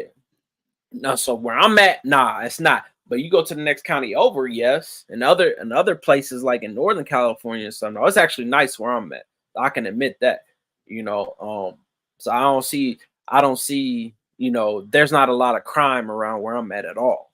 Okay, not in my area and neighborhood and city, not at all. All right, but you go a That's couple miles down the road and shit like good. that, and it's kind of hood and shit like that. But not in Riverside County. I could say that. Like, it's very nice around here. But yeah, if you go to LA and if you go to Northern California and shit, that's the shit you be seeing on the news and shit like that, where it's trashy and it's just wild and shit like that. But yeah, it's just a lot going on. But like I said, it's important for me and how I grew up, Eric, to see people's perspective. Because one thing I do see out here, obviously, it's a lot of Mexican Americans, Latinos, or whatever like that. But from what I see out here, when you look at like positions of power, I don't see any Mexicans or Latino. Like, it's 50%. It's 50% Mexican slash Latino out here. But hey, the sheriff is white. Even though he cool, I like him. I've done my research on him. He's cool. That's why he's running against. He said he's gonna run against Gavin Newsom and stuff. But hey, when I go out to these stores and restaurants, it's white people in charge. It's a lot of Mexicans working there, you know. But hey, I You think know. what you think? You think Gavin Newsom running for president? Hell no. Nah. But that's another thing too, man. And I mentioned this another thing. Like, Eric, we still like 7 months away from the election, a little less than 7 months. So you just say 6 months and some change. I mean, a lot can happen in between there. And my biggest thing about the election, all right, which people can say what they want about Biden or Trump or whatever, but I don't like the fact that both of them are that old. Okay, I don't at all. All right, and if Biden wins, he'll be 80 fucking 5 or 86 by the time his second election, and I don't like that at all. So you know, do I think Gavin Newsom? Somebody, matter of fact, I think it was Joe Rogan came out last week and said that they don't think that they're gonna put Biden on the ticket. I think Mm-mm. that would be a strategical smart move A lot of people, because what's that? a lot of people saying that. Yeah, I don't think that. I think that they should do it. I mean, because it's just like nobody wants to. Nobody wants to have the same shit, man. And this is one thing, you know, just in Trump's defense, you know, like I said, I vote for Trump. That's what I would do anyway. But anyway, people forget that he was a fucking president for 4 fucking years now. You know, that's how motherfucking brainwashed people are. People forget that they was locked in the house for 2 years and shit, wearing masks and shit. Like people like really got bad memories, okay? Because like I had to realize, you know, during Trump's presidency, the media, if you remember, they were so much against him, and they still are. You know, they still are. It was like every time something came out, every time something Trump said something, they was trying to twist it, and now they trying to paint Trump as a fucking bad person, and he was the president. And one thing I could say, just being a conscious individual myself, I was very, very, very shocked, and that's how sleep I was that Trump won in 2016. I remember telling boy, I was like, I was shocked, you know, when I was at Southwest, I was like, damn, man, because I wasn't even paying attention to shit like I do every day now. Now I ain't watching no sports. I know exactly what's going on. You know, I feel like and this is very important that most people should because they can't keep up with it, and I guess a lot of people don't care. You know, but Well, yeah, you said you were shocked that he won, right? And I'll yeah. make this point. I'll make this point, and then we got do the end almost end of the show, right? All I'll right, make this point. I'll make this point on why he won. I'll see if you can agree. Hillary Clinton is the most disliked politician of all time, yeah, right? right, She's a woman. She was married to Bill Clinton. People didn't like how she handled that little thing. She was a politician before Bill Clinton. She was a politician after him. Nobody, I don't know who her constituents were or people that enjoyed her or said Hillary Clinton's the bestest. You don't see any old Hillary Clinton bumper stickers on Toyota Camrys anymore, or I mean, you still see an Obama sticker or maybe a Biden sticker or something. right. I've never seen anybody say Hillary Clinton's my girl except Beyonce. And you know why she said it, right?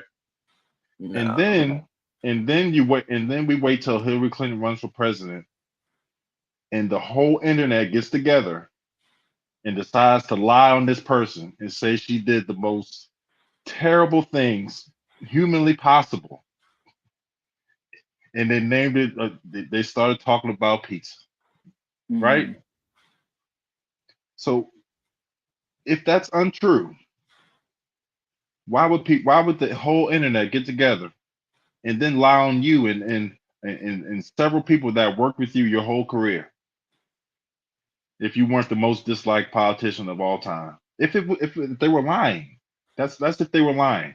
If that wasn't right. true, what happened, right? So it was easy. It was easy for me to see before all that happened. It was easy for me to see that Donald Trump was going to win. So that's what made me think of that because I never thought that Hillary Clinton was going to win anything. Nah, but And see, oh, go ahead. yeah, well, and while she was on the campaign trail, she was having seizures and falling over. And remember that? Remember she I was getting don't in the remember that. This is yeah, one like thing. This is one thing I will say just about which I feel is really bad about society at all, right? We can all agree that most people don't be watching TV and shit, correct? Like especially in no, 2020.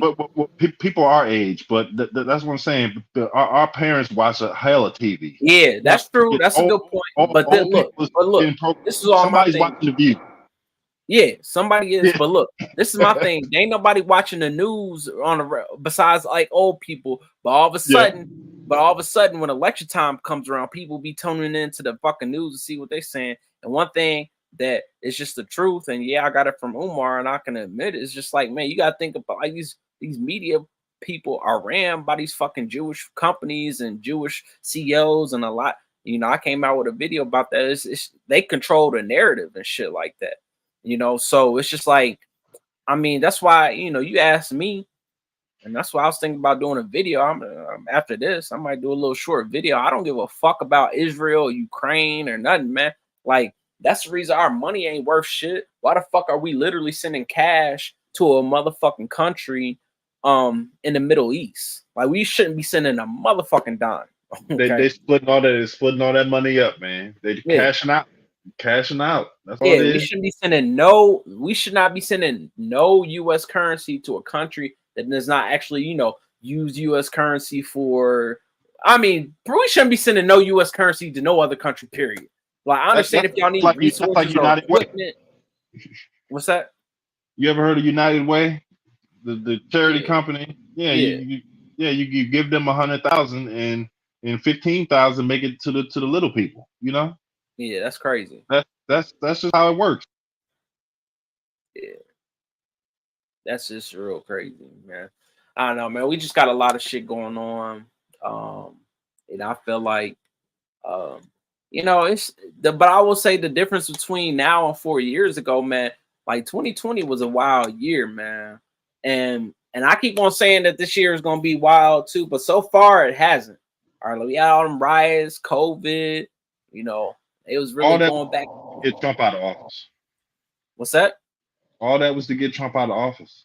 Yeah, exactly. I agree with that. And And people forget that he was in office. That's why, like, literally, man, we in a battle of power right now. Man, I guess it's always been that way. But it's kind of like the truth and logic versus evil and bullshit, you know. And well, some people still out there sleep. They sleep. it's fun being asleep. They made the Matrix for a reason. It's fun being Yeah, asleep. exactly right. That's why I mean, Eric. That's one thing you right about that. One thing I could say the biggest difference between me and before I even quit my job, man. I knew who was playing every day.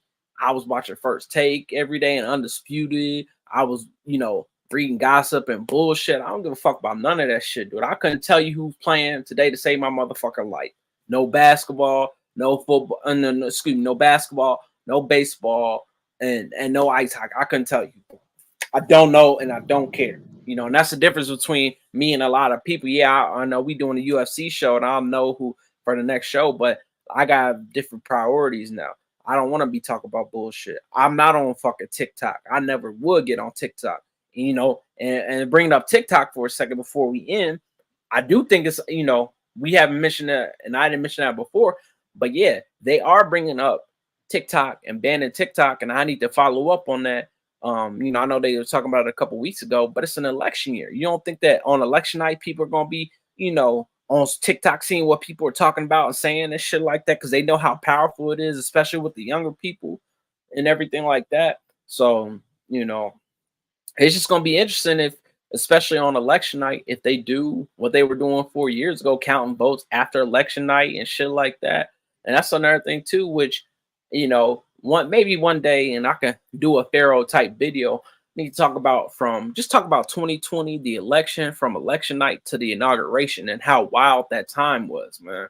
From like November 2020 to about January 2021, man, it was a wild time in America while people were out there asleep. All right, because that's when January 6th happened. Okay, January 6th wasn't by no accident. They was talking about January 6th on Twitter, damn near since election night. How they was gonna go to the Capitol and shit like that.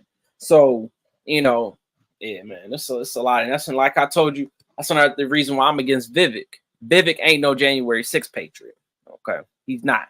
Because even one of his tweets, he came out after January 6th and was like, what Trump did last week was, he said it was terrible or something like that. I guess he woke up and changed his mind since then, but he wasn't ready to ride out on January 6th. And I'm going to just say this before we end, man. Free all January 6th patriots. I don't give a fuck who listening. The FBI, the CIA, anybody. Nigga, free all the January 6th patriots. They need to be out of jail yesterday. Yeah. That's how I'm rolling. Hey, well, you know how I feel about January 6th. That was all manufactured, and they like it's a slow drip, just like JFK and 9/11. It's a slow drip. They'll tell you what happened. They'll tell you exactly what happened, just in little parts that nobody will see, They won't put it on CNN over and over and over. They won't put it on the loop on the news, but they'll tell you the truth just in little parts. And from what we've seen, those motherfuckers just walking around and they let them in and they show them over here and they're on tape. There's no shitting on desk and there's no setting shit on fire and nobody's pushing shit over and breaking shit and nobody had guns. So, I mean, we all know what happened, man. It's just to get Trump out of office. Isn't that Yeah, sad? That yeah. what You're they right. won't You know, I do feel people I'm they're with willing you to on focus that though. people's lives I am with you just on to get that. Trump out of office. They're willing to put COVID on y'all and put all these people out of business and Walmart still ain't open 24 hours. They're willing to change everybody. They're willing to fuck over everybody's life just to get Trump out of Yeah, office. There's people still walking around with masks on. yeah.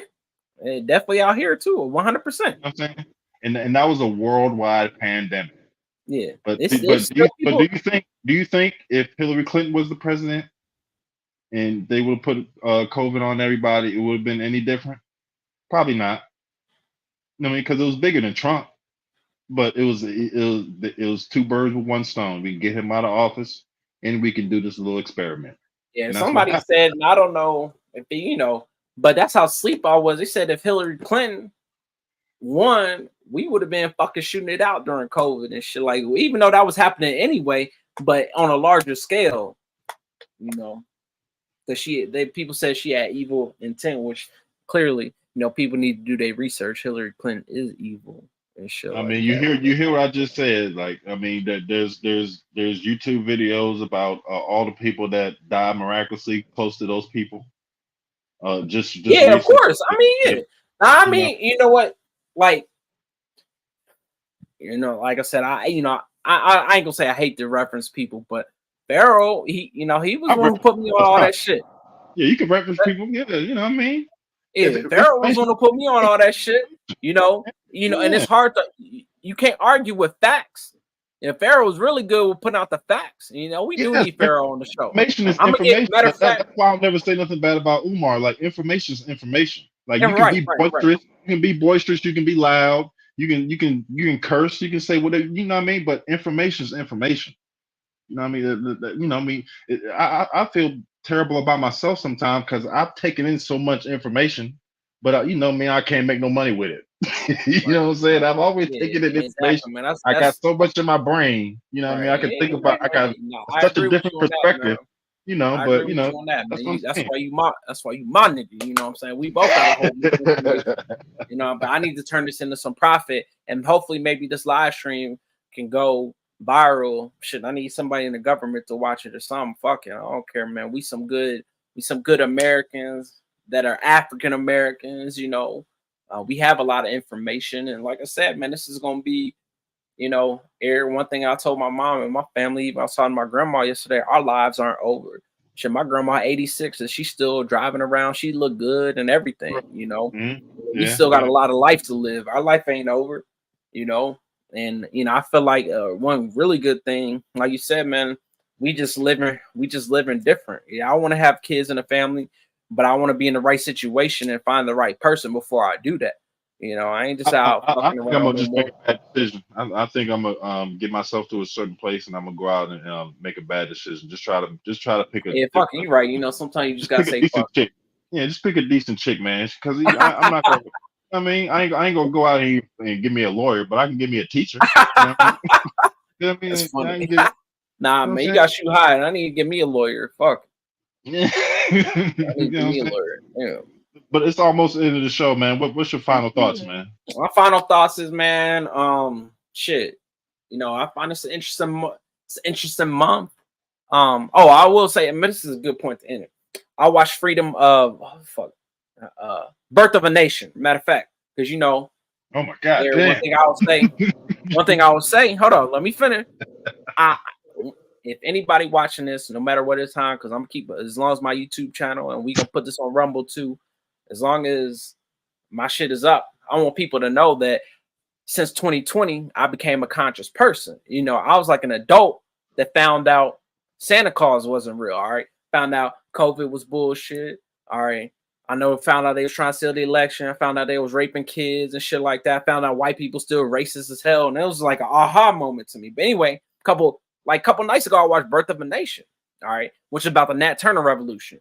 And Umar talks about the Nat Turner Revolution a lot. All right. And if people don't know what the Nat Turner Revolution is, long story short, it was a slave in about 1831, I believe, in Virginia, and he killed a whole bunch of white people in a slave revolt. All right, that's Nat Turner. But anyway, one of the parts of the movie, and which I didn't even know until watching it, and I had to look it up too. But apparently, after they caught him, they was interviewing him in jail.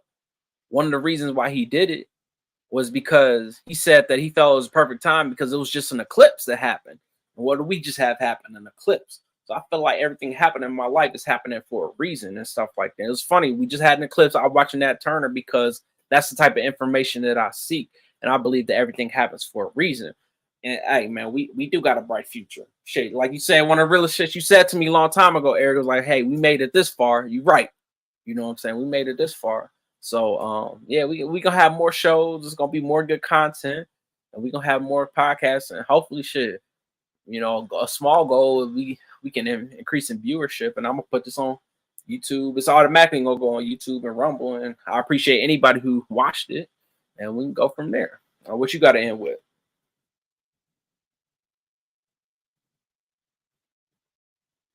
Yo, you there?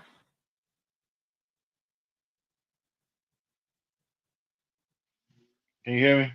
Yeah, yeah. I guess I was Oh about to yeah, text you. I turned my screen off. My screen turned off. My Oh, bad.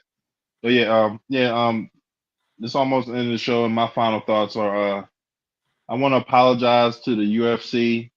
I want to apologize to Endeavor and Sean Shelby, the matchmaker, also known as Keith. You know, shout out to Eugene S. Robinson. I want to apologize to all the smaller matchmakers, and I want to apologize to the people that made the poster, and you know, pretty much everybody around the event of UFC 300, because I was shitting on it, you know, coming up into the fight. You know what I mean? I was saying, you know, it was kind of a lackluster card. You know what I mean? I was saying that 299 was better than 300 and all that. And I actually sat down and watched it from beginning to end, and it was one of the best fight cards I've ever watched. ah, yeah, that's good. Um, Yeah, I can agree. best This is card. yeah. I But will yeah, agree yeah, with yeah. So I would like to give my apologies to everybody that I said were you know, doing something mediocre with UFC 300. They actually did an excellent job, and it was one of the best. You know, it was probably the best fight card I've ever seen. that. Well, that's good. That's a good way to put it. Good way to end it, man. All right. Well, we'll maybe do a show next Tuesday. Yeah, we should do a show and keep it consistent and shit. And then Yeah, next week we'll just we'll come in and we'll talk about whatever's going on in the fight world. Just you know, was ancillary stuff. You know what I mean? yeah. We can add because one thing I think you do a good job is since you're a true fan and I try to be. I would probably say in 2020, I wasn't a casual. Like I was literally betting and watching every week. I know you've been doing this for a long time, way past 2020. Like you can add in the Instagram posts and you can add in the important injury news and all that stuff because you be following the fighters and stuff like that. I don't do that. So Hmm. fuck it. Some people are in denial about being a casual. I ain't gonna lie, the past 2 years I've probably been a casual. But up until 2022 and shit, I wasn't. But I'm gonna try to get back into it and shit like that. Like I said, people in the fucking, I'm a UFC casual. I didn't used to be, but I am now.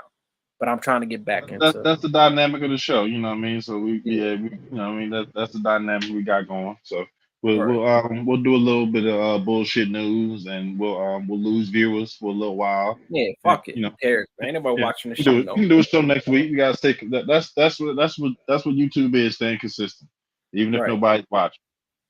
right, And we don't got. I mean, between all the platforms, you know, I uploaded it, you uploaded it, Rumble, YouTube. We got about 100 views from right. about 300. Let You me know what I mean, see. even if they turn it on and turn it off, we got about 300 Right, views. yeah, exactly. Somebody clicked on it, right. I mean 100 views. I'm sorry. Yeah, we got about 100 views for our 300 preview, whatever. So. Right. All right, man. Well, I'm gonna end it here. And everybody, thanks for tuning in. All right. Hold on.